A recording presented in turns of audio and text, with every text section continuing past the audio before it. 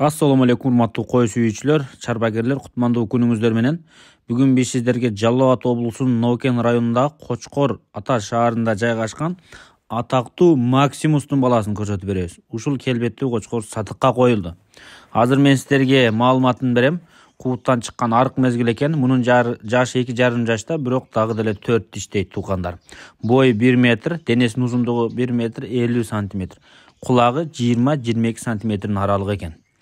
Азыр ушул тапта арык дейт туугандар, койдон чыккан. Атактуу Максимусту билесиздер, Аксыдагы өтө экстерьер келишкен тектүү Максимустун баласы мына ушу кочкор сатыкка коюлду. Баасынын ээси $6,000 коюптур.